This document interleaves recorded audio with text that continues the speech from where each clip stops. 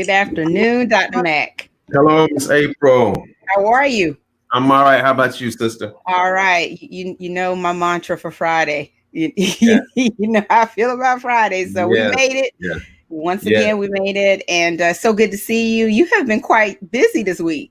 Yeah, we have had a funeralized an aunt on Monday, and then went with Coastal's football team to Louisiana Tuesday, Wednesday. Got back around 5:30 a.m. Thursday morning, and came right in to start seeing patients. Wow. So it's been busy yesterday, today. The whole week has been busy. Yeah, well, you're better than Energize a Bunny. You need to share Yeah, your right. secret. Share your secret. I know you said it's all about staying organized, but it's got to be a little bit more than that, Dr. Mack, because I tell you. Well, it is. And, I just try to stay 2 or 3 steps ahead. I try to think 2 or 3 steps ahead. So it kind of keeps me in line, so that way if I have to make a change on the fly, I've already contemplated plan A, B, and C. There you go. Planning is key. Planning Right. preparation is key. Exactly. Right. Well, welcome everyone to the Network Live. Of course, I'm April Garner, the network founder, and my partner in crime on a Friday at 4 is always and will always be Dr. Winston D. McIver Jr., owner of Welcome Our Primary Care. My pleasure. Yes, this is week 29 of COVID-19. Yes, hard to believe. Hard to believe. Week 29. Yes. And I couldn't do it without him. And so definitely blessed to be on this journey with Dr. Mack, just giving you all updates on this pandemic and how it's affecting our communities, especially the African-American community. But, this information is for everyone. This is a public forum, and we do appreciate everyone who is tuning in with us every single week. We already have a few hellos in the comments, and I'm sure more people will be joining us. I definitely have to send out a special shout out to the Emmanuel 9 Memorial Foundation for allowing us to be a destination on Facebook. Thank you so much. We really do appreciate it. And we hope that our viewers in Charleston are benefiting from all this information that we're providing as well. So Dr. Mack, you want to say anything to the viewers out there? I know that's your fam. Yeah, thank you all for tuning in. Jamila and Emmanuel 9, thank you all. Miss Jess Peck, who always supports.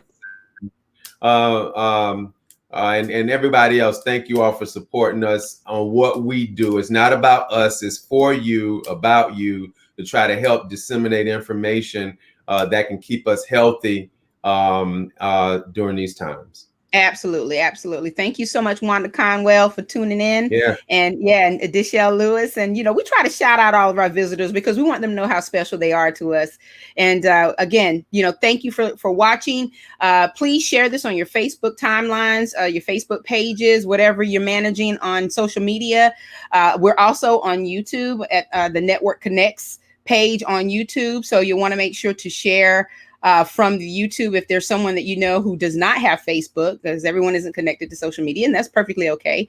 But we do appreciate you being here today. So we have a lot to share today. We actually have 2 very special guests who are going to join us a little bit later on to talk about minority and small business relief grants and also small business lending. And I know that a lot of business owners in the network are always asking about resources and funding that they can, possibly be eligible for. And we're always looking for that information. So this is so appropriate because this is typically medical and business related when it comes down to the topics that we share through this platform. So thank you all again. And Dr. Mack, I know you typically start with some stats before we get into our graph. So is that how you want to roll it today? Yeah, let's proceed that way. All right. Okay. So for the new viewers, we typically give stats on a week-by-week basis. Starting worldwide, over the last 7 days, the number of cases worldwide of COVID have gone from 36.9 million to 39.5 million. The number of deaths have gone from a little over 1 million deaths over the last week to up to 1.1 million. In the United States, the number of cases have gone from 7.8 million to 8.2 million. The number of deaths have gone from 218,000 to 223,000. South Carolina, what's happened is now in a number of the states, they're now starting to add the probable and confirmed cases and deaths. So in South Carolina, there have been 156,000 cases and about 6,500 probable cases, meaning the people, had, it has just to be definitely confirmed, but that is more than likely not COVID related. The number of deaths in South Carolina have gone are at 3,400 confirmed and 210 probable. Horry County, the number of cases in Horry County have gone from right at 10,000 to right under 11,000 in the last week of confirmed, with another 790 probable. Wow. The number of deaths in in Horry County are now at 190 confirmed and 17 probable. Georgetown County, 1,836 cases confirmed, 291 probable, and deaths 35 with 12 probable. Marion County, 987 confirmed and 55 probable, 34 confirmed deaths and 2 probable. So what's happened is, and before we get into the graphs, let me kind of say this. This, like April said earlier, this is week 29 of us doing this. And again, I kind of try to think forward and think about things. And right around now, right around the middle of October was when most physicians, as I said earlier, most physicians were concerned about a resurgence of COVID-19. Now, there's some debate as to whether or not these increases we're seeing now, and we're definitely seeing them across the country and worldwide, and we'll get into that just a little bit, but whether or not this is the second phase or whether or not it's still an extension of the first phase. I contend that this is an extension of the first phase. I don't think we ever really got out of the first phase. And so that is very concerning, because we are seeing the numbers go up around the time that most would have thought a second phase would have happened around this time. But I really don't believe we got out of the first phase. We can go to the graphs now and kind of look at a few things, and we'll talk some more specifically. On slide number 1 is really looking at the numbers with in the US of the number of cases. Now, as we see back in April and May and June, it stayed kind of flat. And as we see in July, it started going up. But I can't truly say that that was an ending of a phase 1, because it never really went back down. It went up and it continued to go up. And as we see from September to October, we did have that one little bump downward, but that trend is up and it's going higher if we look towards the tail end of that on the right side where October is. That curve is going up. In the last 14 days, there's been a 12% increase in the number of cases. Okay. The number of deaths are down 4%, but going back to this same graph that I showed going backwards, the number of deaths were, 16%, 12%. Now it's only a 4% change. So we are seeing the number of deaths that are starting to make a change as well. And so this is a concerning graph. It's very concerning, because if you see that number is going up almost to hit where we were in mid-July when we were really slammed with that. So that's a major, major concern and a major thing on that graph that we did not want to see. Second graph.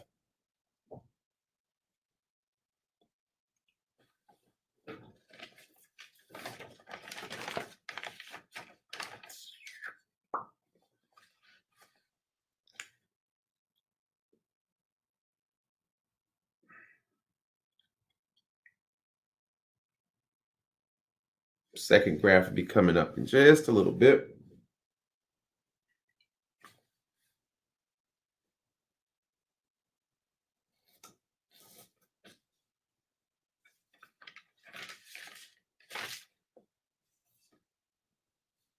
Okay, second graph there does show new deaths reported in the United States.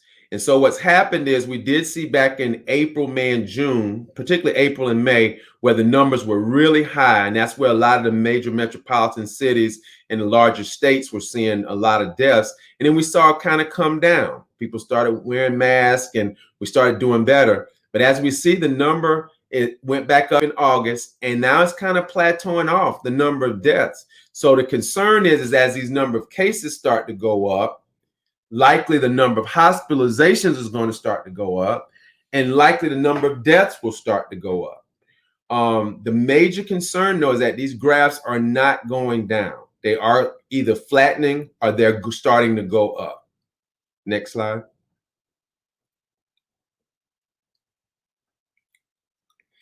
Now, this is just kind of a time lapse representation of the United States from where we are from April 10th. We see the numbers were lower. We see the areas on the states where they were the states that were hardest hit.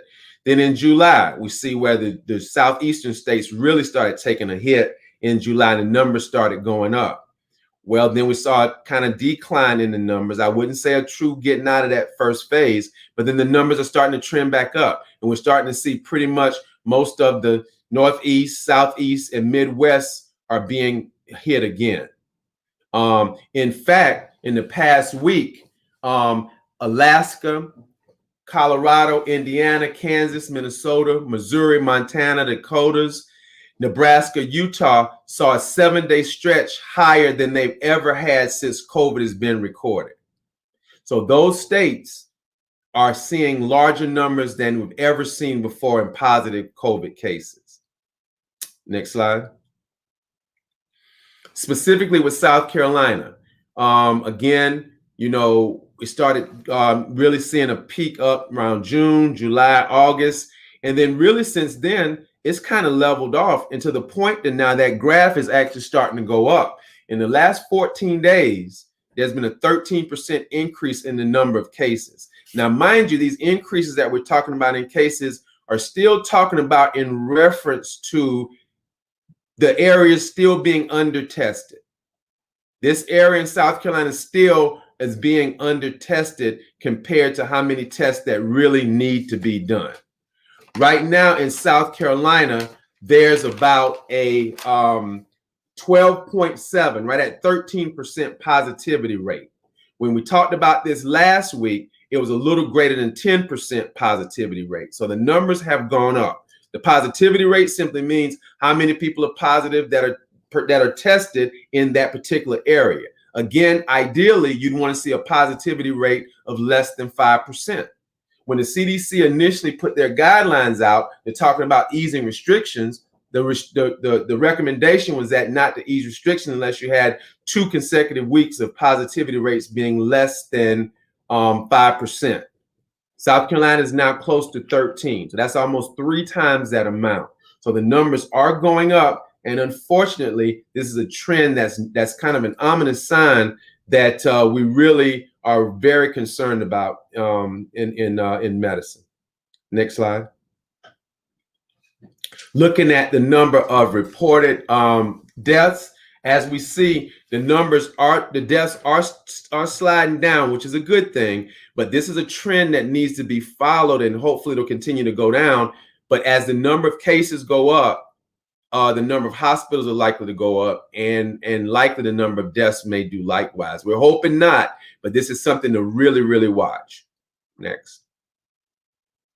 So at least 14 new corona deaths and 1,200, almost 1,300 new cases are reported in South Carolina yesterday. Over the past week, it's an increase of 13%. On Friday, which was today, there have been at least 161,000 and 3,600 deaths. So this is very, very concerning that these numbers are showing. And again, the testing is still an issue. Whenever you have a positivity rate that's in the double digits, especially, that really indicates that there's probably a lot more disease in that area. It's thought for every person that tests positive, there's probably 7 to 8 more people that are positive that haven't gotten tested. Next slide.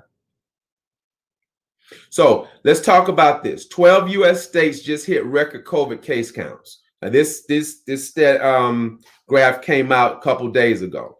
And the concern is they're saying that it could be a dreaded second wave. But again, there's some debate whether this is a second wave or still an extension of the first. Regardless, the numbers are going up. Next slide. So not only in the United States, but also European countries have seen a huge increase in the number of cases, and they're starting to tighten restrictions in those countries as well for fear and concern that they may have a true second phase that they're into now, because their numbers actually did go down in most of these European countries, and they are seeing a huge swings in the cases. So they likely are in a second phase right now. Next slide. Also, China's seeing a similar thing. China's, to test 9 million amongst an outbreak that's linked to a hospital. So again, these places where they had this under control at one point in time, they are starting to see significant increases in the number of cases that are there. The concern is that just like it happened in areas, Europe, China, Southeast Asia, where they were more persistent about masks, and you're seeing a swing there. In the United States, we have not been. It's estimated that up to 65% of people that have been polled are saying that they're not going to wear a mask, or they're not going to wear a mask any longer. So that is a huge concern as we go into cold and flu and pneumonia season. Okay, so a few things to talk about.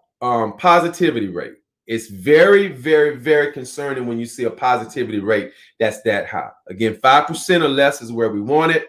We're approaching 15%, right under 13. That's concerning, and that's in South Carolina. There's some places like in Minnesota where they've got a positivity rate in the state of Minnesota of 24%. They've got a huge problem there. And so the problem is that, I still think there's somewhat of what we call COVID fatigue, where a lot of people have just been trying to do the right thing for a while, and they just get tired of it. The other thing, too, is this has become a political issue. So when it becomes a political issue, you've got people that are making political stands on whether they should or should not wear a mask. Masks protect folks. It's been proven that masks save lives. They save lives. And so again, if a person's around you without a mask on, that's not only disrespectful, but they potentially can get you sick. Okay. The last week, the average has been over 50,000 cases in the United States a day. Yesterday was 64,000 cases, new positive cases yesterday. That's highest that it's been in 2 months. Not since over 2 months, since mid-August. So again, these numbers are going up. The projected models, and I had to check this 2 or 3 times, but the projected models is that the deaths will peak around 2,300 deaths a day around mid-January, reaching a total death count of close to 400,000. Now, it's hard to believe that, but at the rate we're going, that's where we're headed. Close to 400,000 deaths by February of 2021. So what's happening is what a lot of people who've been following this felt like would happen. The timing we felt like as cold and flu season came in, and that it would be something that people really are going to have to be aware of. We talk about the chronic conditions, diabetes, asthma, COPD, history of cancer, any kind of chronic sickle cell, any kind of chronic condition puts you at significant risk for catching COVID-19 and puts you at significant risk for having some real bad stuff going on. I've had over 200 patients now that have had COVID. And so again, it's running the gamut to the side effects people are having, from what we call COVID brain, where people are just having problems focusing, memory, concentration, to issues where people who may have gone in the hospital without being on oxygen, leaving the hospital with oxygen, likely to be on it for the rest of their lives. So it's a concern. And really, please protect yourself, protect your families. Absolutely. Dr. Mack, I have a couple of questions. Okay. When you were talking about the rise in the COVID cases, is this rise attributed to just organically new cases, or are results from old cases being added to this number, or is it both? I think it's both, but I think it's more concerning that it's probably the new cases. Okay. Yeah, that's concerning. Right. Because again, COVID's not going anywhere. If we don't do what we're supposed to do, it will continue to do what it's going to do. It's a virus. Viruses pass on and pass on and pass on. And if we don't do what we're supposed to do, we will continue to perpetuate this. We're the variable. Absolutely. And the cases that we are seeing now, we can't really attribute anything. Well, I'll say it like this. Can any of it be attributed to the fact that we have had the seasonal change and, cold and flu is starting to kick in and that type of thing? So these underlying conditions, or I guess conditions that are exacerbating the COVID situation, we're probably seeing a lot of that inside of these cases as well. Exactly. Right? Okay. More indoor activities, people back in schools, people back in colleges, secondary schools, more indoor events, people, like I said, they're going out to eat more, and it's just kind of a guard being let down, so to speak. Yeah, and when I see when you were sharing the graphics about what's happening in Europe and China, my first thought was whether or not they let their guard down and became a little bit more lax in what they were doing as far as social distancing and all that, or could it just be a clear resurgence like what we're experiencing here in the United States? What do you think it is? I think it's probably both. I think it's probably both. I think it's definitely probably both. Again, it is a virus. It is cold and flu season, and again, it's going to happen. Viruses are going to happen this time of year anyway. Exactly. But again, you've got people who are catching other types of viruses. Their immune system is down. It'll make it easier for them to catch COVID. And so again, if you're not wearing masks, if you're not practicing social physical distancing, it makes it easier to pass. That's it on. That's right. We have one viewer who commented, I see a number of people out shopping with small children with no mask. Have you noticed any increase in cases among children? And there's also another comment about that. Because, we kind of heard through the grapevine that there's something going on in the school district with, children and the young people actually coming down with COVID, or, we're dealing with COVID cases. So do you have any, separate data that shows how it's affecting the younger populations? That fact will probably never be sorted out in its fullest, because young people are typically the people that are not getting tested. Gotcha. Okay. So these high school, elementary school, these age kids, they're not getting tested as much as the older folks are getting. So we probably will never know. How we will know, though, whether it's in the schools, is if there are case counts that are higher in the schools.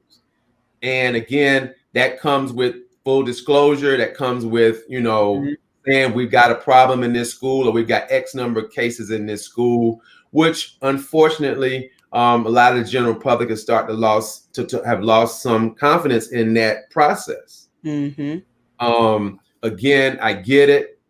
I get it. People want to try to have things as close to normal as possible. But as a medical provider, I only deal with facts. I only deal with science. And if the number's high and we're in a high category, we need to be treated as such. Okay. And again, I'll say this again, and I might step on a few toes, but if I do, I'll say ouch for you. If these numbers are high, you need to act accordingly. If these numbers are high, you need to act accordingly. It is no secret that these numbers are going up. It is no secret. And the concern is that the numbers are going up and we're still under testing. Right. So if we've got high numbers, just imagine it's probably 5 or 6 times more. And that's the part that makes a lot of physicians upset, that we're having too many people that have not spent a day in medical school making decisions about things that they don't know. Right. If you don't know the difference between a virus and a bacteria, you probably shouldn't be making these decisions. Okay?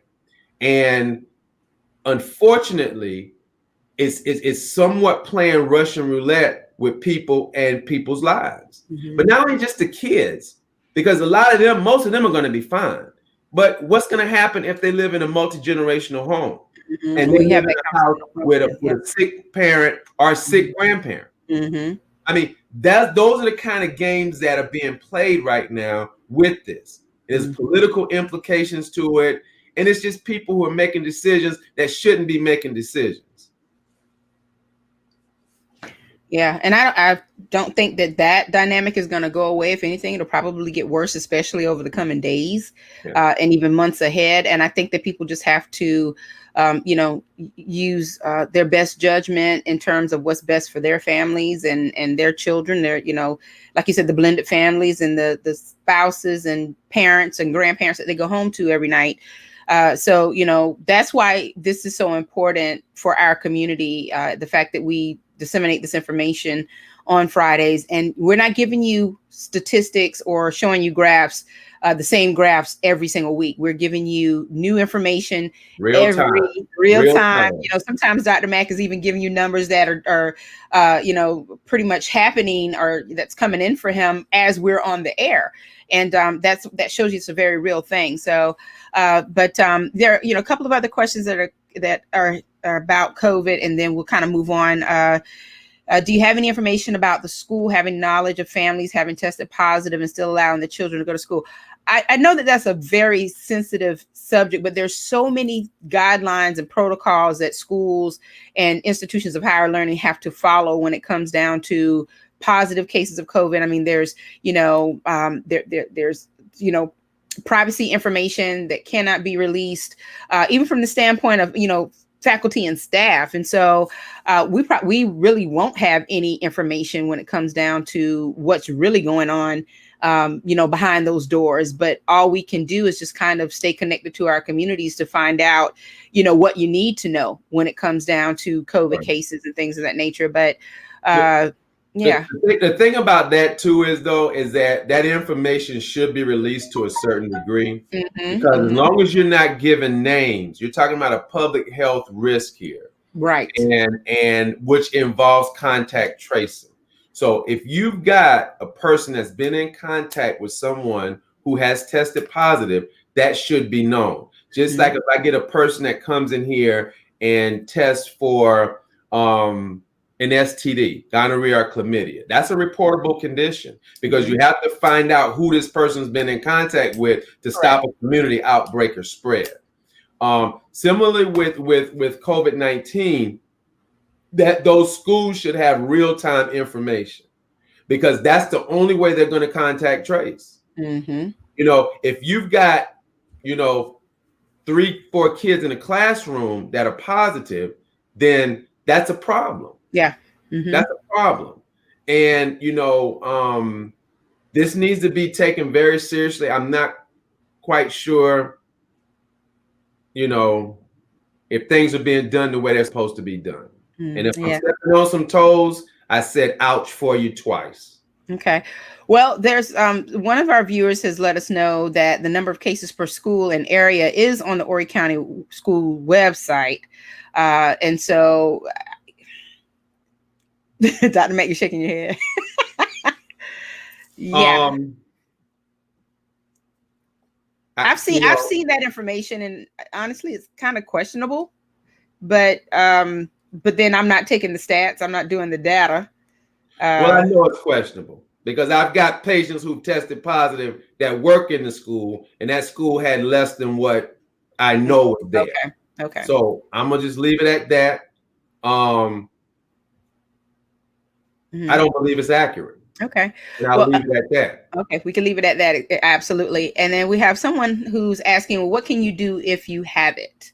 If you have COVID? If you have COVID, yes. I guess that's her question. If you have COVID, you need to isolate yourself. If you've got COVID, you need to isolate yourself and be away from folks at least 10 to 14 days. You need to have at least 2 or 3 days without having any fevers. And if you are getting short of breath or you're feeling like you're getting worse, you go to the ER to be seen and evaluated. Because the concern is whether or not you may have developed pneumonia. The biggest complication from COVID right now has been pneumonia. That's the biggest one. That's the biggest one. Okay. You know, and the biggest one and the deadliest one. Wow. There's another question. Are numbers based on reporting? Well, yeah, I mean, it should be based on reporting, but that reporting has to come from the person that is positive. So part of it, I can't put it all on the schools, because the person who's tested positive has to relay that. But that gets back to contact tracing. So if this person's positive, then they should be contacted by DHEC to do contact tracing to see who you've come in contact with.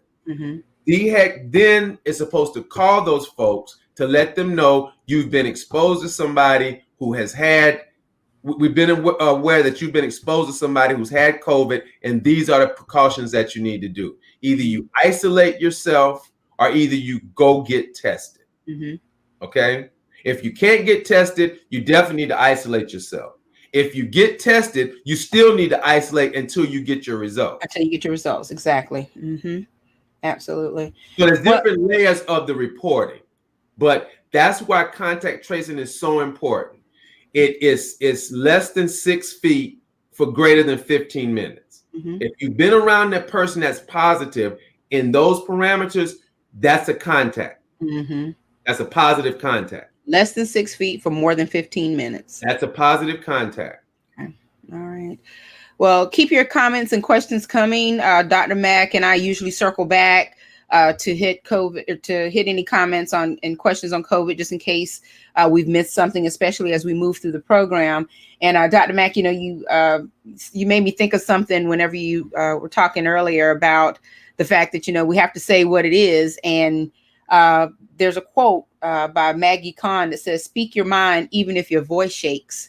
Yeah. And that's what we have to do, because this is a pandemic. It's nothing to play with. It's no joke. And so, you know, sometimes you have to challenge the status quo, and you have to challenge the information that's out there. That's why it's important for you to do your own research, you know, through reputable sources, to make sure that you're getting the information that you need. And if something seems out of sort, or that it's just not adding up, then yeah, question it. At least to the extent that you can, to make sure that you get enough information. And of course, supposedly when we know better, we do better, but you know, that's not always the case. So, you know, we definitely appreciate everyone engaging in this conversation and the discussion and adding the questions and the comments. It helps us to create the discussion that we need to have regarding COVID as well. So during this segment, we also typically, well, we've kind of moved into a new segment that's almost like a medical briefing. It's called Medical Minute, and Dr. Mack, you know, touches upon certain things that are also conditions that we should be concerned about. And we have had a focus this month on cancers, different types of cancers, you know, contributing factors for this particular disease. And so today he's going to give us a little bit of information. And what are we talking about today, Dr. Mack? We're basically talking about risk factors for cancer, and specifically talking about modifiable risk factors. In other words, other things that we can do to try to reduce our chances of getting cancer.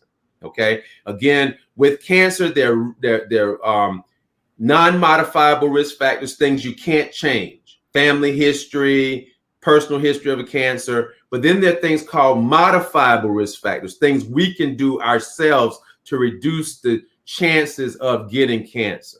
So the American Cancer Society estimates that 42% of cancers and 45% of cancer deaths, so 42% of cancers, 45% of cancer deaths of all races combined in the US are attributed to modifiable risk factors, things that we can change. That includes cigarette smoke, excessive body weight, alcohol intake, poor nutrition, lack of physical activity, and exposure to certain cancer-associated infectious conditions. Now, talking specifically, and I'll touch on each one of these just a little bit. Of course, this is just touching the surface on this. The first modifiable risk factor is tobacco smoke. It is the most preventable cause of death in the United States is cigarette smoke. Cigarette smoke is associated with at least 12 types of cancers: pharynx, larynx, lungs, esophagus, pancreas, uterus, kidney, bladder, stomach, colorectal, liver, and some leukemias. Okay, we know that is an association. The more you smoke, the longer you smoke, the more likely you're at risk for one of those 12 cancers that I just named. It's very important. Smoking is estimated to cause about 30% of all deaths in the U.S. and as much as 40% in some men in southern states. So without a doubt, cigarette smoke is the most preventable cause of death in the United States. Second modifiable risk factor would be associated with weight. It's estimated that 18% of all cancers are attributed to a combined effect of excessive weight, alcohol consumption, physical inactivity, and unhealthy diet. 18%. Okay. Those who follow good, healthy diets, exercise regularly, are 10 to 20% less likely to be diagnosed with cancer and about 25% less likely to die from cancer. That's eating right, eating healthy, exercising, low consumption of alcohol, watching your weight. 10 to 20% less likely to be diagnosed with cancer and 25% less likely to die from cancer. Then again, with alcohol, it's estimated that about 6 to 7% of all cancers can be attributed to alcohol consumption. Some of the cancers that are involved with alcohol include cancer of the mouth, pharynx, larynx, esophagus, liver, colorectal, and female breast. Drinking greater than 3 drinks a day increases the risk of stomach and pancreatic cancer. So that's very important. Again, the duration of drinking and the quantity with which you drink certainly plays a major role in cancers in the United States. As far as diet goes, estimated that 4% of all cancers can be attributed to a poor diet. Diets that are high in processed meats, red meats, starchy foods, refined carbohydrates, sugary drinks are associated with a high risk of developing cancer, especially colon and intestinal cancer. Conversely, dietary intake of fruits, vegetables, grains, beans, fish, and poultry, and fewer processed meats will lower the risk of cancers, particularly intestinal cancers. Now, physical activity is very important. Of course, we know that for a number of reasons, but it appears that lack of activity, exercise, is associated with about 3 to 5% of all cancers. Okay. And mounting evidence shows that the greater the time spent in a sedentary lifestyle, the more you increase the risk of colon and endometrial cancer. Okay. Now, with diabetes, there's always been some concern. And let's see why red wine is considered to be good. It's in moderation, though. Red wine has antioxidants in it that can help keep inflammation down in the blood vessels. So again, that is better than white, but again, it's still an amount and a quantity that's involved there. Also, along the lines of inflammation, there has been some association between type 2 diabetes and cancer risk. Although there's not a complete understanding of that, the thought is that it's probably related to the inflammatory nature of diabetes. So again, having your diabetes under control reduces the inflammation in the blood vessels. Also, certain infectious agents, infectious diseases such as HPV, H. pylori, hepatitis C and B are also implicated in cancer causing conditions. So what am I saying? I'm saying get checked by your physician. I'm saying be adamant about what you're doing. Try to stay active. Try to watch your weight. Stop smoking. That includes vaping and all that other stuff too. So be careful because there are modifiable risk factors that you can change to reduce your chances of having cancer. Absolutely. Well, great information as always, Dr. Mack. You've really said proverbial mouthful today between COVID and the risk factors attributed to cancer. And so we do appreciate all of that information. I know you're going to stick around and listen to our special guests. And so I'm going to bring them on in just a moment. We're going to take about a 30-second break and then come right back. But just wanted to share a few comments. Of course, excellent reporting each week. Thank you, Mr. McQueen and Timothy McCrae. Thank you all for this information. How do we help our communities understand what we share?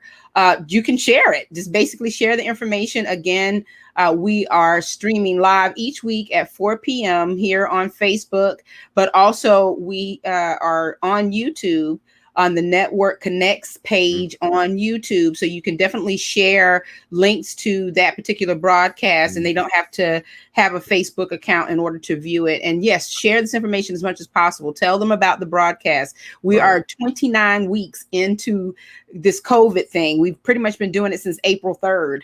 And, it's the kind of thing that now is kind of a part of our blood, so to say. Right. And so, share it on your Facebook page. Share it on your Facebook page. Share it on your Facebook page. Just share it across social media. Just let people know word of mouth is still the best form of advertising. Bring people to it. Text them, email them, whatever. This is great information, and we're getting ready to share some more good information.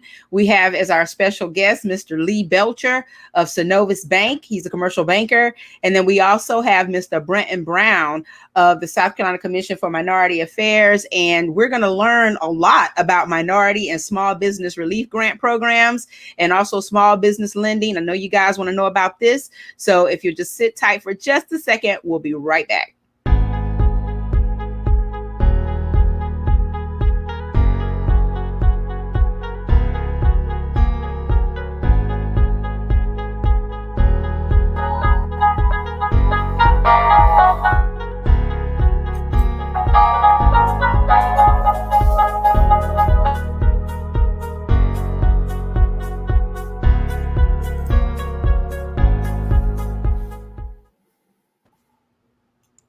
All right. Let's see.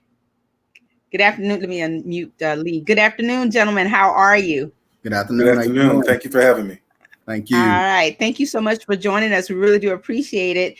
And we're ready to talk about these funding resources for minority and small businesses. But before we get started, I know people tend to send me their bios and I read them for the sake of my knowledge.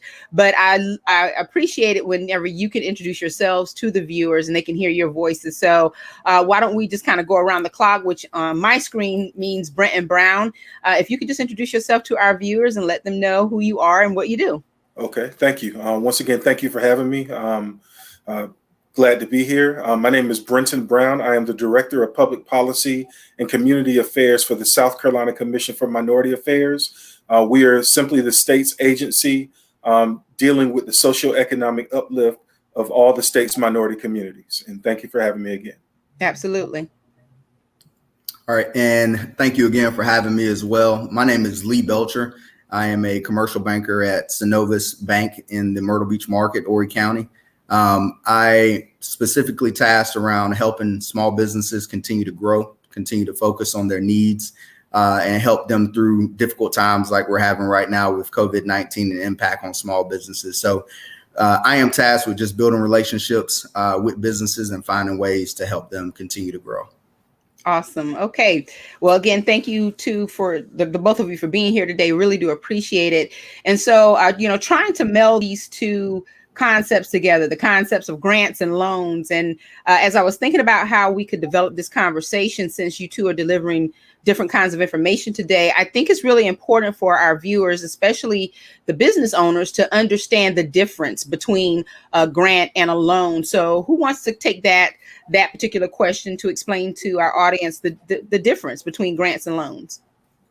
I'll pitch that to Lee. He's the expert in that field. All right. Okay.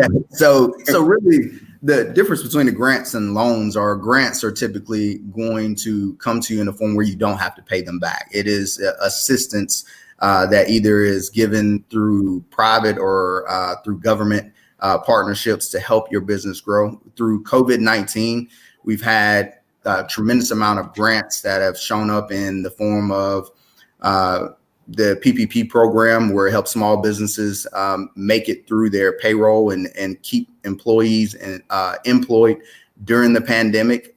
We also see some more programs that are coming out that are going to help individual business owners and get back some of the expenses that they had to take on during this pandemic. So that is really the gist of the grants. They come in that form, and you don't have to pay them back. So that is the great thing about a grant. Now, the other part of it is the loan.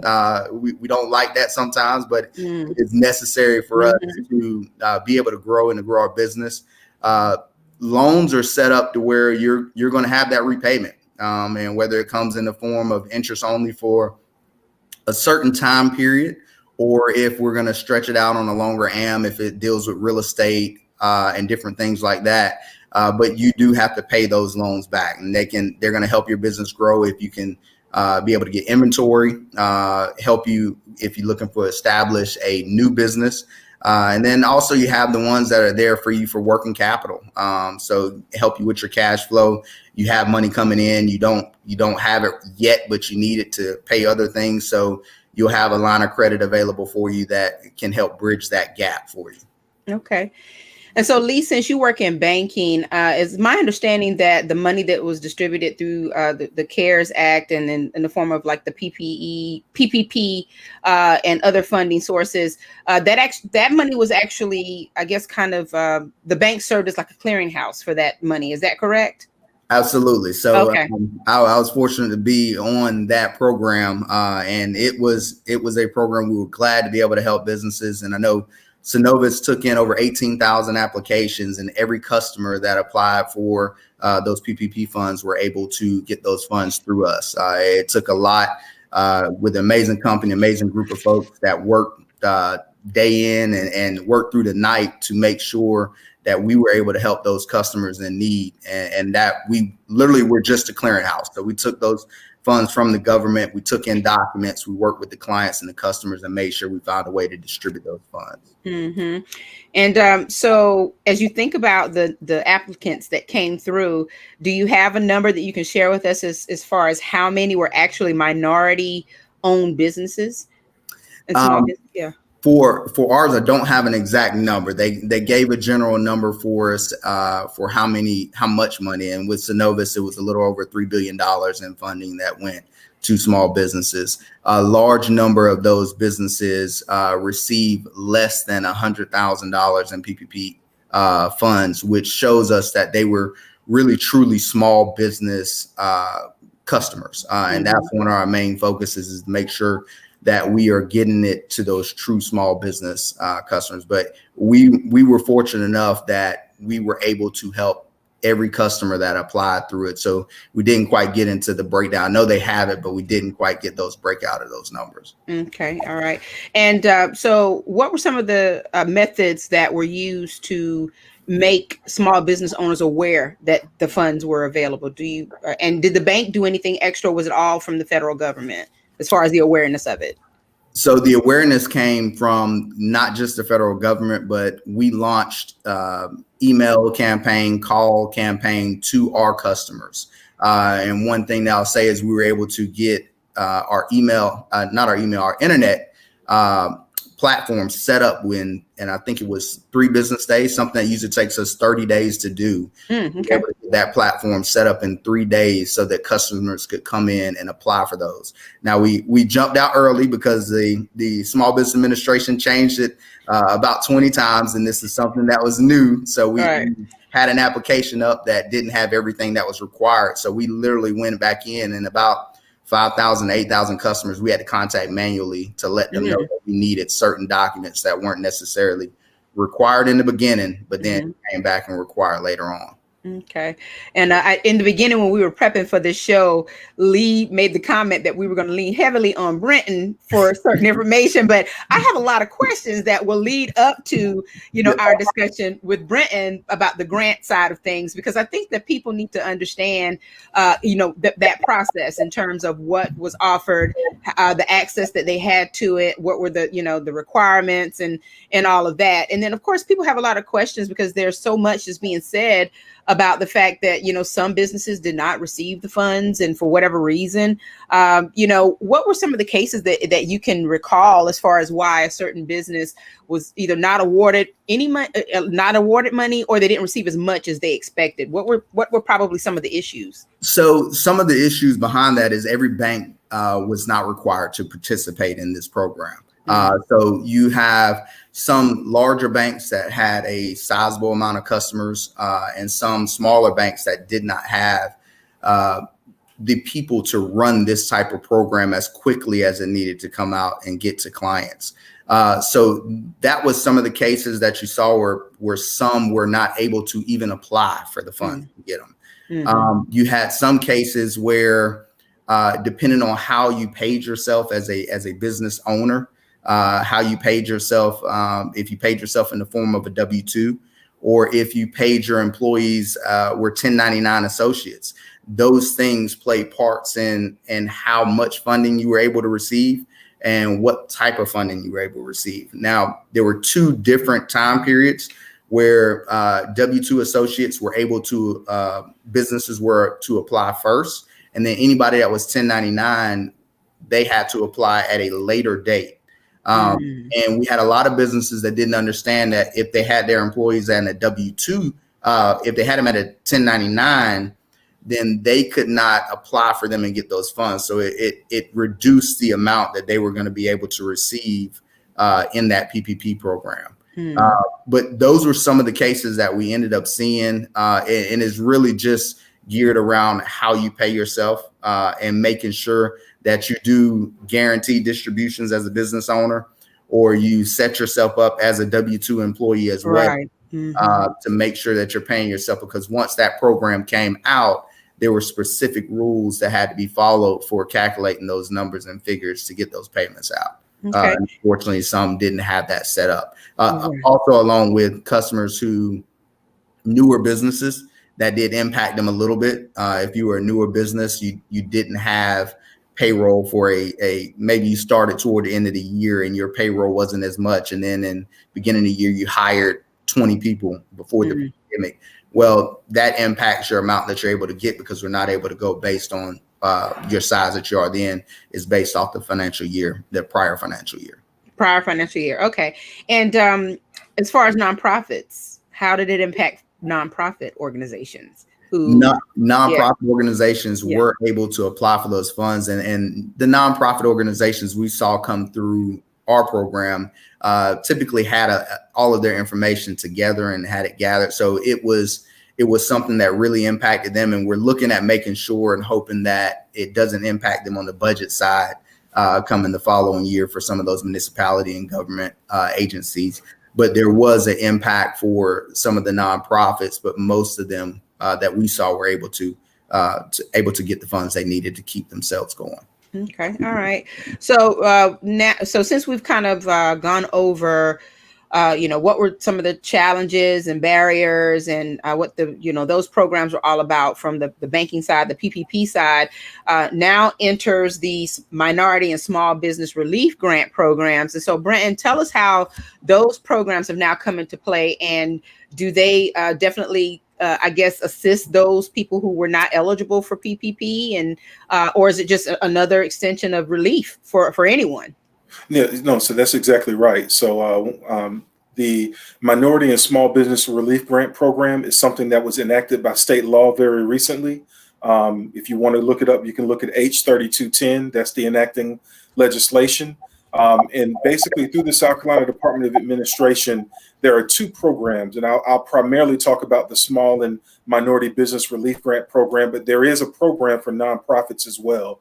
I prepared a short presentation, so I will share that presentation right now for your audience. And essentially what we will notice here for the Minority and Small Business Relief Grant Program, just as a quick overview, it awards funds to minority and small businesses to reimburse qualifying expenditures for providing services or for revenue loss during the COVID-19 pandemic. Brenton, do you want me to add that to the stream for you? Yes, please do. Okay. All right. There you go. Okay. Okay. Thank you. And what you can also have is qualifying expenditures. They must have been incurred between March 1st and December 1st of 2020. The program has allocated $40 million, and they'll provide grants, which do not have to be paid back, for at least $2,500 and for no more than $25,000. The application will go live this coming Monday, October 19th, and the application will close on Sunday, November 1st. So you definitely want to go to the website that you see right there at acceleratesc.gov. That was Governor McMaster's initiative to reopen the state at the early stages of the pandemic. All the information can be accessed right there, not only for the Minority and Small Business Relief Grant Program, but also for the Nonprofit Relief Grant Program as well. So essentially, the basic timeline is, once again, the application is going to open on October 19th. It'll close on November 1st. Between November 2nd and December 3rd, the applications will be reviewed. And then grant award notification will occur between December 8th and December 15th, because these funds have to be spent or dispersed by December 30th. A business can qualify if they have been in operation from at least September 13th of last year to the present. They must have 25 or fewer employees. They must be physically located in the state of South Carolina. They must also show registration with the state of South Carolina, either through the Secretary of State's office, with a county business license, a certificate of existence, a sales tax license, an article of incorporation, or a Schedule C. They must also not be listed on the federal debarment list per the System for Award Management, and they also must not have delinquent property taxes, tax liens, or judgments for 2018 or the prior year. When it comes to eligibility, it is going to be based on the submission of required financial and other documentation. If you go to that website, you will find a document that is entitled the Minority and Small Business Relief Grant Program Design, and there's also one for nonprofits. It has an extensive listing of the documentation that those applications are going to require. You must also show a reduction in gross profit and loss or other qualifying expenditures. Businesses owned by the same owner may apply once per unique business enterprise. Businesses must provide the associated tax ID number. That can also include a Social Security number or EIN, or an individual taxpayer identification number. Businesses that share common ownership will only be eligible to receive up to the grant award maximum of $25,000. And that goes for all businesses that have common ownership. So for example, if an owner has 5 businesses, that owner may apply 5 times, but the total grant amount will be capped at $25,000 across the 5 applications and not at $125,000. And finally, the application will include disclosure of who the owners are, especially if there are multiple owners. The evaluation will take place by a panel consisting of the Director of the Commission for Minority Affairs, my direct supervisor, Dr. DaCosta, the Secretary of Commerce, and also the Director for the Department of Revenue. The panel will then assign priorities and determine which businesses shall be awarded the grants. The applicant will receive a notification indicating grant approval or denial, and if approved, the dollar amount for which they are approved. And then finally, the grant awards will be issued to qualifying grant recipients from the South Carolina Department of Administration. Grant funds can be used for specific reasons, and this is, once again, is very important. You must have qualifying expenditures between March 1st and December 1st of this year. These are costs that are associated with business interruptions due to the pandemic, also a public health emergency, or any expenses that are deemed necessary as a result of the health emergency. Qualifying expenditures do not include any expenditure that qualified the minority or small business enterprise to receive federal emergency relief funds, such as the PPP. So if you receive PPP funds, you're not eligible for this particular grant program.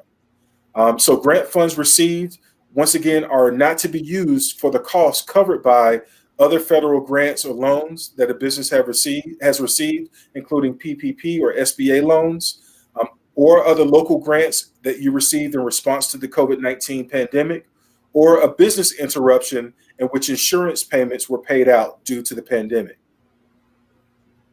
When it comes to priorities, priorities will be given to minority businesses. And to qualify as a minority business, the owner must be a U.S. citizen and also economically and socially disadvantaged. And these are terms that are legal terms that are actually included in the statute. Applicants that did not receive other assistance will be given priority, such as, and also businesses with 15 or fewer employees, and also businesses that demonstrate the greatest financial need. Businesses that are ineligible include nonprofit businesses and organizations. Once again, they have their own program, which is the Nonprofit Relief Grant Program. That is also accessible on that exact same webpage. Governmental or taxing agencies or departments, hobby businesses as defined by federal law, lobbying organizations or political organizations are exempt. Any business that concerns or engaged in illegal activities under federal, state, or local laws, a business that is otherwise prohibited by federal or state law, and then finally, a business that is ineligible or precluded to receive federal or state funding due to federal laws or state laws. So they have set up what is called the SE Cares Call Center, and that call center will be operational Monday through Friday from 8:30 a.m. until 5 o'clock p.m. And people can simply call 803-670-5170 or send an email to secares@admin.sc.gov.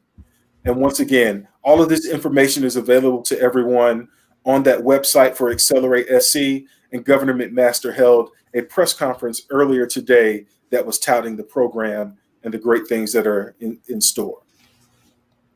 Awesome. That's great information. Thank you so much, Brenton. And again, as he mentioned, you can actually take a look at a lot of this information and get, whatever you need from the Commission's website, but also the Minority and Small Business Relief Grant Program through accelerate.sc.gov is where you'll want to go in order to find out more information about applying for the SC Cares Act funds.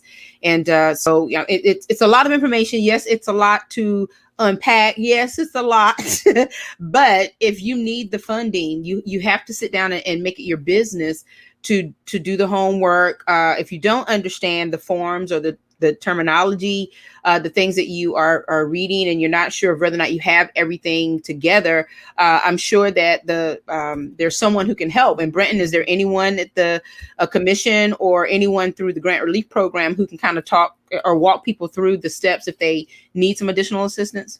Yes, you can always contact us. Our website is cma.sc.gov. You're also always welcome to call the commission, and we will get you in contact with someone who is able to assist. There also have been statewide and also community-wide partners who are assisting as well. So the South Carolina Small Business Development Centers, Benedict College's Women's Business Development Center, and others are going to be on standby to help businesses be able to cobble together the documentation that they need for this grant application. So if anyone has a question about anything, they're welcome to call the SE Cares call center, or they can contact the commission, and we'll definitely get them in the right place. Yeah. Dr. Mack has a question, and also there's a couple of comments that I'm going to pull up in just a moment. Go ahead, Dr. Mack. Oh, you're muted. Gotcha. Okay, go ahead. Okay. The question that I have is probably going to be a question that I saw at least one other person ask, and probably other people thinking. So if you got the PPP money, you're not eligible for this grant. Is that correct? Yes, sir. That's what they're saying. Now, what they want to do is they're trying to prioritize businesses that have not received funding at this particular point in time. And one of the main reasons for that was a large segment of minority businesses, not just here in South Carolina, but across the country, were unable to access PPP funds. Lee said it very eloquently. A lot of minority businesses are not connected to financial institutions that are SBA lenders. And so because they're not connected to those SBA lending financial institutions, they were precluded from getting funding. And so what the General Assembly here in South Carolina wanted to do was ensure that funds were set aside for minority and small businesses so that they could get some relief funding as well. Okay. And that amount that you gave, that's for South Carolina. Yes, sir. This is only for South Carolina businesses. This is a state law that was enacted by the General Assembly, signed into law by Governor McMaster. And once again, he did a press conference on it earlier today. But this is only for South Carolina businesses. Okay, thank you. Mm-hmm. Yes, sir.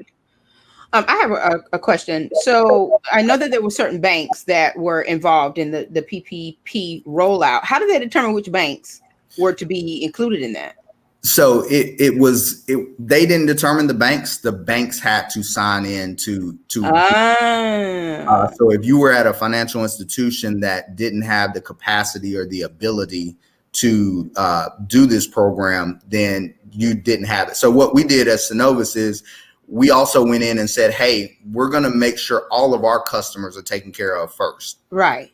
And then after that, we started accepting applications from non-customers, because there was that window where we didn't know if we were going to be able to get all of our customers in, and that was priority. But then we started accepting applications from non-customers of ours to help them get the PPP funding because their banks did not opt in to participate.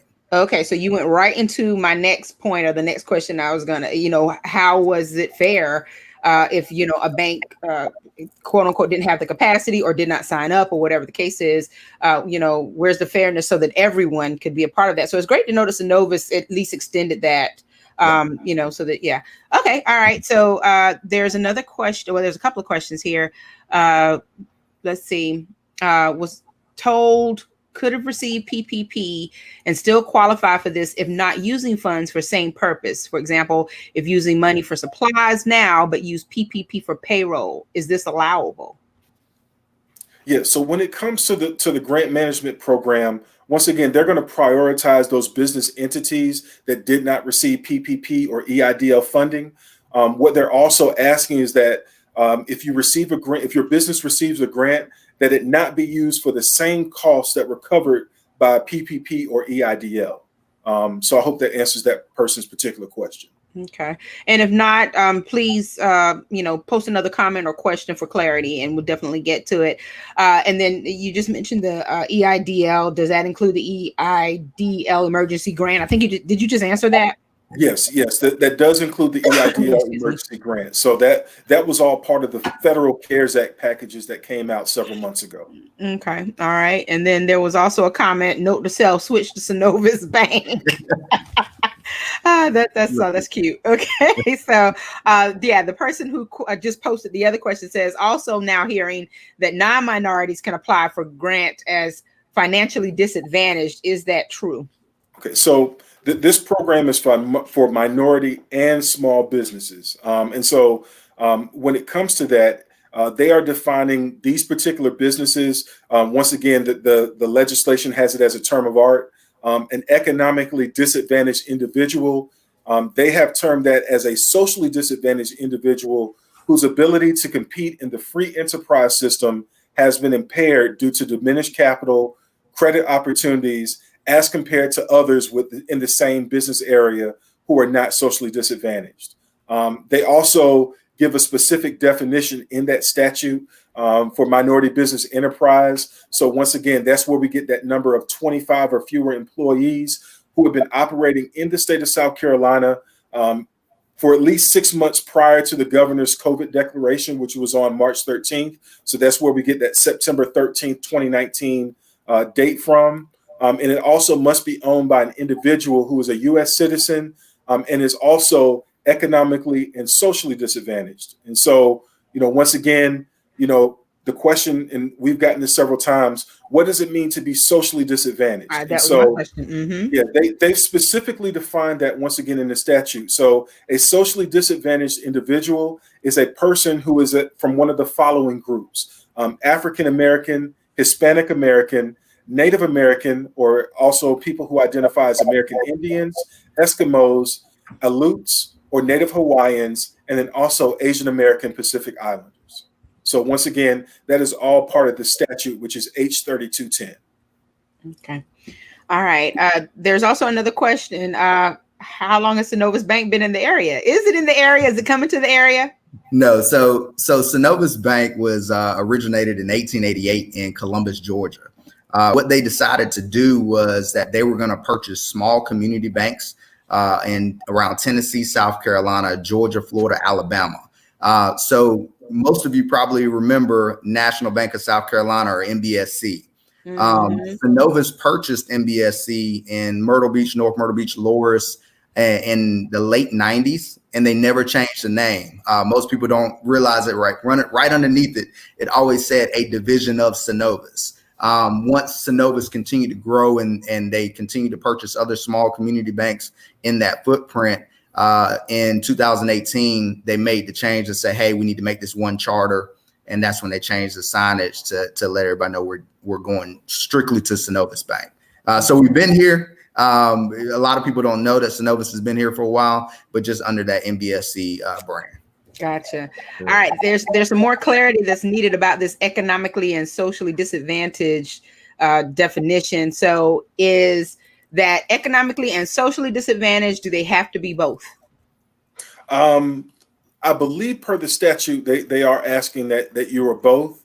What we have directed interested individuals is, if you are not sure if you are economically and socially disadvantaged, go ahead and apply for the funding. But per the statute, it does say for a minority business enterprise, you have to be economically and socially disadvantaged. And once again, those are all legal terms that are specifically defined within the particular statute. Okay. All right. So I know that there's some other questions that we have as a part of our conversation about the small business lending side of things, but I just wanted to ask Brenton, is there anything else you want to share with us regarding the grant relief grant programs? I want to use that right. The relief grant programs, any upcoming events or anything where people will be educated on all of this. And of course, like you said, the application is opening on Monday, October the 19th, and runs through November the 1st with reviews. The application will be available October the 19th. So is there anything that you want to share as well? Yes, ma'am. So for all business owners, what I would suggest is taking this weekend to go to that website. Once again, that website has information pertaining to the small and minority business program and also the nonprofit program. There was a webinar that was done, kind of like a train the trainer, earlier this week. You can find that webinar on that website, along with a program overview and a 7-page document for each of the programs that essentially has the frequently asked questions. So you could take the weekend to go ahead and start getting the documentation together that is required, so that once that application opens on Monday, you'll be able to hit the ground running. Okay, awesome. Again, this is a lot of great information. And so if you will, go to the website that's listed on the screen and make sure that you just follow through on the process. Again, it is a process, and so it does take some time, but the eligibility details for the grant are listed there. And if you have any questions, or if there's anything that we can do to help follow up, at least to get you a contact information or, whatever, we'll be more than happy to do that for, as far as anyone who's thinking that they may be eligible and attempting to apply. So when we talk about the small business lending side, Lee, just want to kind of go into that a little bit, understanding some of the challenges.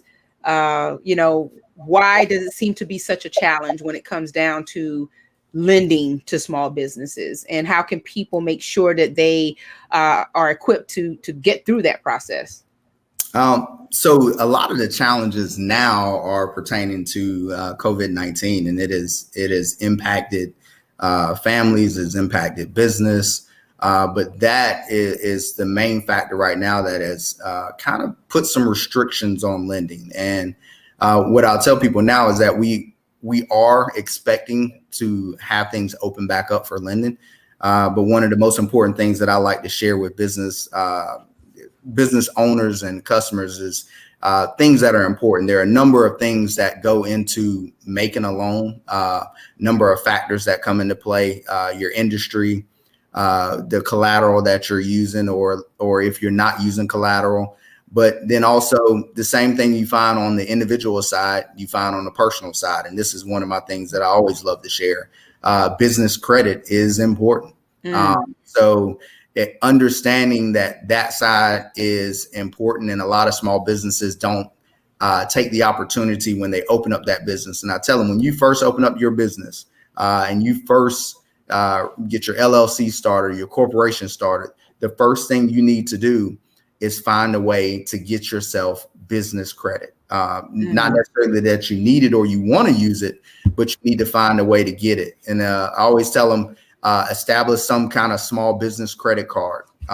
And banks are typically going to use a blended score for their approval. So you having just a small business credit card out there for the first year of your business, when you do need lending, you have an opportunity to then come in and have a decent score when they combine and do that blended score for you. So I'm going to stop you there for just a second, because I think that you're making a very important point about the small business credit, especially to the brand new business owner. What are they blending? Are they blending personal credit with other factors, or what are they using to determine that? So when you apply for a small business loan, they are going to take your personal credit score, and then they're also going to run your business credit score using your tax ID number. Those two items come together and make a blended score. And now every bank is different on their blended score, but your blended score is going to determine if you're able to get funding or not. A lot of times, like they say, no credit is worse than bad credit. Well, that blended score with no business credit also hurts you. So it's imperative that the focus that you put on your personal score, you also put that same focus on your business. And even if you are an established business, it's important that you do focus on that business score as well. Okay. All right. So the blended score, again, is personal credit plus the business credit. So when you are new to business, your advice is to establish some business credit. And you said, even if it's just opening a small business credit card or something to that effect, so that you have, some history. Right. I'm not telling you to use it. I know you're not telling them to use it. I'm not either. I'm just saying, look, if you need to establish some credit, I guess that's the way to do it. It says, okay, all right, cool. So, and then how do banks determine rates? So when it comes to lending. So once again, you have multiple factors that come into play. So I'll touch on industry. So because right now the high risk industries have been flipped. So your industry that you're in, and that's going to determine, and you would want to find out, are you in a high risk industry, because that affects your lending. So if you're in a high risk industry, and I'll give you two of them right now that directly affect the Horry County area, is hospitality, is hotels and restaurants. Okay. While hotels were not really on a high risk platform, they are now on a high risk platform. I would tell you right now, I don't know of many banks that would lend to a hotel at this point in time, or at least a hotel open up, because we need to still wait and figure out what's going to happen and what the impact is going to be on the economy with everything that's transpired with COVID-19. Correct. So you're going to look at your credit score is going to come into play. Your industry is going to come into play. And then you're going to have collateral is going to come into play. So those three things are going to determine what your rate is going to be. And then also how long you're looking to stretch out your payments, your amortization schedule. And your amortization is really just how long you want to pay on it, 10 years, 15 years, 20 years. If you're paying it off quicker, of course, your rate's going to be lower. And if you need to extend that AM to make it a little bit more affordable, there's a higher risk grade associated with that would then impact your rate as well. So there are multiple factors, and all of them are rated risk level, which then will impact and determine your rate. Okay. Someone has posed the question, are churches high risk? Churches are high risk. I hate to say he hated to say it, y'all. I hate to say that, but at this point in time, just the uncertainty is. But one thing I'll say about Synovus is we have a church portfolio, and we do lending to churches. And historically in the past, we have had a focus on that. One of the things we focus in on is nonprofits and community-driven organizations that we can help. The bank wants to drive that initiative. So in the past, we have done churches. I will see us hopefully continuing to do churches, but I think we still have that uncertainty at this point in time to really say, hey, we're going to go in and open up that lending to our nonprofits and our churches right now. But I would say we would need to revisit that next year to determine how things panned out with the portfolios. Okay. So when it comes down to the types of loans, what is the difference between a conventional loan and an SBA loan? Okay, so your conventional loans and your SBA loans. Your conventional loans are going to they're going to be driven based off of the bank's loan policy. So every bank has a loan policy, and that policy says it's pretty much a guide of what we are willing to do based on the parameters that we have set as a bank. Your conventional loan is typically going to have higher capital requirements, which means you're traditionally going to see a 20% or more down payment, depending on if you're purchasing a property that you are going to be owner occupied in, or if it's a non-owner occupied income producing real estate, which means you're buying a building and you're going to lease everything in it. That's going to require a little bit more than 20% down payment for you to get funding from a bank traditionally. Mm-hmm. The good thing about the SBA loans and SBA lending is it allows us to help customers and mitigate a little bit of risk on the bank side, but then also allows us to help our customers come in and not require as much capital, because we know there are great people out there with great business plans, great business knowledge, but they may not have that initial capital to put in 20 or 30%. So what SBA does, and Synovus is a preferred SBA lender, which in essence, that means that we can make the loan and the SBA is going to back the loan based on our underwriting parameters, because we have the knowledge and they're comfortable with us doing that. Mm-hmm. But what the SBA loan does allows us to put down a smaller capital amount, say 10% down, and allows us to do things that we wouldn't typically do for some small business customers, because they may not have as much capital or liquidity to do a deal. Okay. All right. Yeah. So you don't have to cut me off. Yeah. You could. Oh, no. This is good stuff. I mean, especially for, that serious business owner who is trying to understand funding sources and terminology and, what they're signing up for. This is great information. They're not going to get it like this before they go into a bank. So you're doing your due diligence to educate everyone on these types of things. And, so that takes me to the ultimate question, which is, why is it important to have a great relationship as a small business owner with a commercial banker? So, I tell people all the time, the relationship between a small business owner and a commercial banker is critical for your business, and an important aspect of it when you're trying to grow it, especially. One of the things that I tell people, and I kind of compare a commercial lender to, is your CPA. Your CPA handles all of your finances. You trust them to calculate that. You trust them to make sure that you're making the right decisions, and they're basically a part of your business. Well, commercial bankers are the same.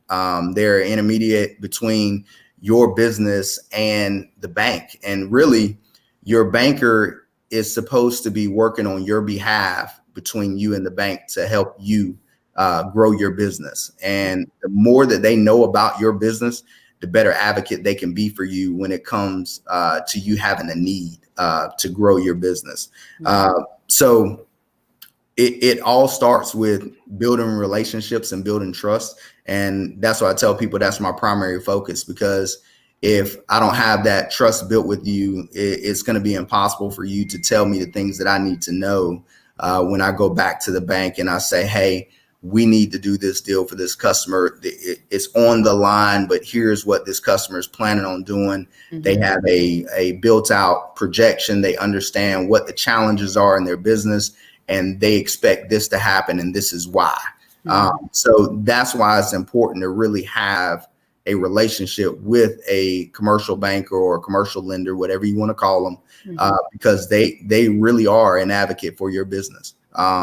And also, you need to understand, we had good times here in the last 8 or 10 years, but now we're hitting where we're coming on a recession. So yes, we are. Mm-hmm. Also important to know what your banker is going to be able to do for you in difficult times, and that's part of the things that we're doing. We have hotels on the books, and we're working with them with payments and structures, and making sure that we're finding ways to make sure they get through this time period. And that's what's important, is helping people, helping their businesses, and continue to help them grow and build those relationships. Absolutely. Well, I have a message to pass on to you from Janet Graham of the South Carolina Small Business Development Center. She says you're a great resource for this area, and she wanted me to let you know that. So this has been, some really, really good information. There's still a question or two here, and I want to share with you. And then Brenton has given us some information to go. We'll go back to COVID before we close, and I want to share with you. Someone asked about, I think it's locations. Brenton, was that it? Yes. Testing location. So I'm going to share that with you all in a moment. But one of our viewers asked, if you're looking at prior financial year, how can a business that thrived making millions now affected by COVID receive some of the monies that everyone's read about and that you all have talked about today? So when it comes to the grant program, once again, go to the Accelerate SC website. Once again, that is only for South Carolina businesses. So they can go to that Accelerate SC website, and they can find all the information there. If they have any questions or if they have any concerns, they can call the SC Cares call center. Once again, that's Monday through Friday from 8:30 until 5 o'clock. And if they need some further information, please don't hesitate to reach out to us at the Commission for Minority Affairs. Mm-hmm. And so again, I'm going to put those websites up, Minority and Small Business Relief Grant Program information right here. I know that's a long URL, but write it down, / and all. And then, of course, the South Carolina Commission for Minority Affairs. That's a mouthful, but great agency. Much shorter URL, so it should be simple, easy for you guys to jot down. And again, I can post this information to the network, and I'll place it also on the networkconnects.com website. But I think it's been awesome information, absolutely. And I'm going to scan just real quick to see if there are any other questions, but I'm gonna bring Dr. McIver on for just a moment. And let me post this. This is the what I'm sending to the viewers now is the South Carolina DHEC.gov information for COVID-19 testing locations, because I think someone earlier was asking about that. And thank you, Brenton, for giving us that information. So if you're trying to find a testing site, there it is. Go to that website, and you should be able to. And I don't know if there are any testing events that are happening in the area. We used to see them a lot, and now they're few and far between. But as we learn of new testing events, we will certainly share that information across social media. Yeah. And that website has everything. Okay. Yeah, that website has everything. And once again, you can search by city, by county, by testing type. I got tested this morning. And so the testing has actually gotten a little bit better. They don't, it's not as invasive as it was several months ago. So it was not that bad. Or, I've been tested three times now. And, so Dr. McIver gave excellent information. So thank you for that, sir. And our agency, once again, we're promoting, especially not just our minority populations, but everyone to once again, wear your mask, socially distance. And then, as DHEC says, get tested as often as you can. Yep. So Dr. Mack, I guess as we start to wrap up this episode, so to say, first of all, it was excellent information. Our guest, we do appreciate you so much for being here with us today. I don't know if you have any closing remarks as far as the grants or the lending as far as motivational type things, or, just words of encouragement for small business owners, but you can certainly share them before we leave today. And Dr. Mack, he usually kind of gives us like the word before we roll into the weekend so that everyone understands what they need to do to stay safe. So I'll start with our guests and then we'll go to Dr. Mack. Brenton and Lee, is there anything else that you'd like to leave with our viewers? Once again, I'll just say thank you for having me on. This has been wonderful. If anyone has any questions, please go to cma.sc.gov. We have information on there about COVID-19. We've partnered with SCDHEC. We've also, once again, partnered, and our executive director is sitting on that panel for the Minority and Small Business Relief Grant Program. So as a state agency, we're here to help. So please don't hesitate to reach out. But thank you. You're welcome. And please reach out to the network anytime you would like to disseminate some information to viewers, and we'll be more than happy to have you as a guest anytime. How about you, Lee? Definitely want to say thank you for having me here, and definitely I'm here to help. So any small business that are looking for help, I am in the market, and I definitely would like to be a resource, especially for our minority businesses in the area, and also share other resources. Ms. Janet Graham has always been a mentor for me, and she is with the Small Business Development Center. But then you also have SCORE mentoring groups that are available in Orange County, that are retired business professionals that can provide assistance, and also too for Mr. Brown as well with the Commission of Minority Affairs. So the only thing I want to say is continue to use your resources that are available, and we're here to help. Okay, awesome. Before these two gentlemen leave, I'd like to say thank you all for coming on. Brenton, it's good to meet you. Lee and I have a little history together. I've known Lee from back a little while ago, since he was at Coastal. And also, I want to say this too. Lee didn't say this, but Lee is actually on the board of trustees for Coastal Carolina University. Awesome. So he's doing great things on the board and doing really good. So we're glad to have him. I've got a couple capacities at Coastal, and I know Lee's doing some big things over there and helping us out. A big advocate on the athletic side. The first person that texted me after we beat ULL on Wednesday night was Lee Belcher. So we texted a few people. We texted a few times back and forth after the big win, but I know he's big, and we appreciate all that he does, particularly for the school, but especially on the athletic side of things. So thank you. Definitely appreciate you. Yeah. Yes, absolutely. And it looks like our viewers really enjoyed the information. I'm just going to share a few comments here as we, roll out. But again, thank you all for joining us, and we do appreciate you tuning in every single week at 4:00. Dr. Mack and I will continue to be here as long as God says so. And as we say, the creek does not rise. Right. And as long as he's able to give us the information. There was one week I remember we were talking about taking as they say, a bye week or a little hiatus. And I was like, Dr. Mack, it just didn't feel right, because we've been doing this for so long. And he was like, I might be on the plane, but I should be where I need to be by the time we do the show. So he was going to work it out. But we definitely don't count it robbery to bring this to you all. This is community service for us. It's our give back, and we just appreciate it. And so again, thank you, everyone. We really do appreciate it. And to all of you business owners and potential business owners, you've learned a lot today. If you have any questions, let us know. We can certainly get questions to our guests at any time. And just continue to spread the word. Again, thank you to the Manual 9 Memorial Foundation for being a social media destination for the network live. And with that being said, we hope that all of you have a wonderful and safe weekend. Remember, vote. Okay? Yeah. Vote. Mask up, socially distanced, standing in line or wherever you got to go, but make sure you vote. And Cedric Blaine Spain, thank you so much. We really do appreciate you watching today. I think I had maybe just a banner or two that I could throw up real quick regarding the voter registration locations where you can vote if you're planning to do in-person absentee. Some people call it early voting, but it's what we call it. But remember, North Strand Recreation Center, South Strand Recreation Center, the Carolina Forest Library, and also the voter registration office at 1515 4th Avenue in Conway. Is where, and the lines are always wrapped around the building, so people are really engaged in the voting process.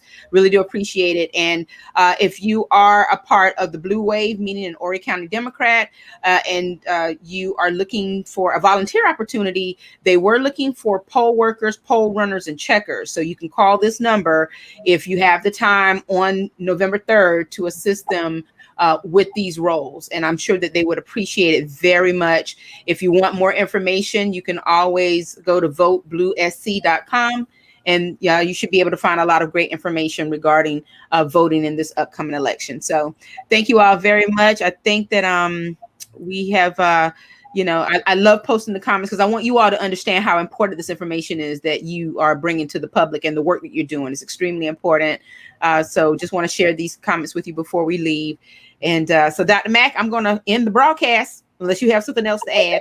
Well, I do want to say that we are having recovery. So people are recovering from COVID-19. I do want to end on a positive note. Mm-hmm. Worldwide, we've had about a little over 2 million people recover worldwide in the last week. In the United States, we've had about 300,000 people recover from COVID. And in South Carolina, we've had about 5,000 people recover. So people are recovering. People are getting better. However, you know, the things that we're seeing are the things that we've been talking about here for the last 29 weeks. So protect yourselves, protect your family, protect your community. Please be good stewards. And we'll see you next week if the water don't rise and Horry County, you never know. Thank you all. Thank you. All right. Yeah. Thank you, everyone. And God bless. Thank you. Thank you.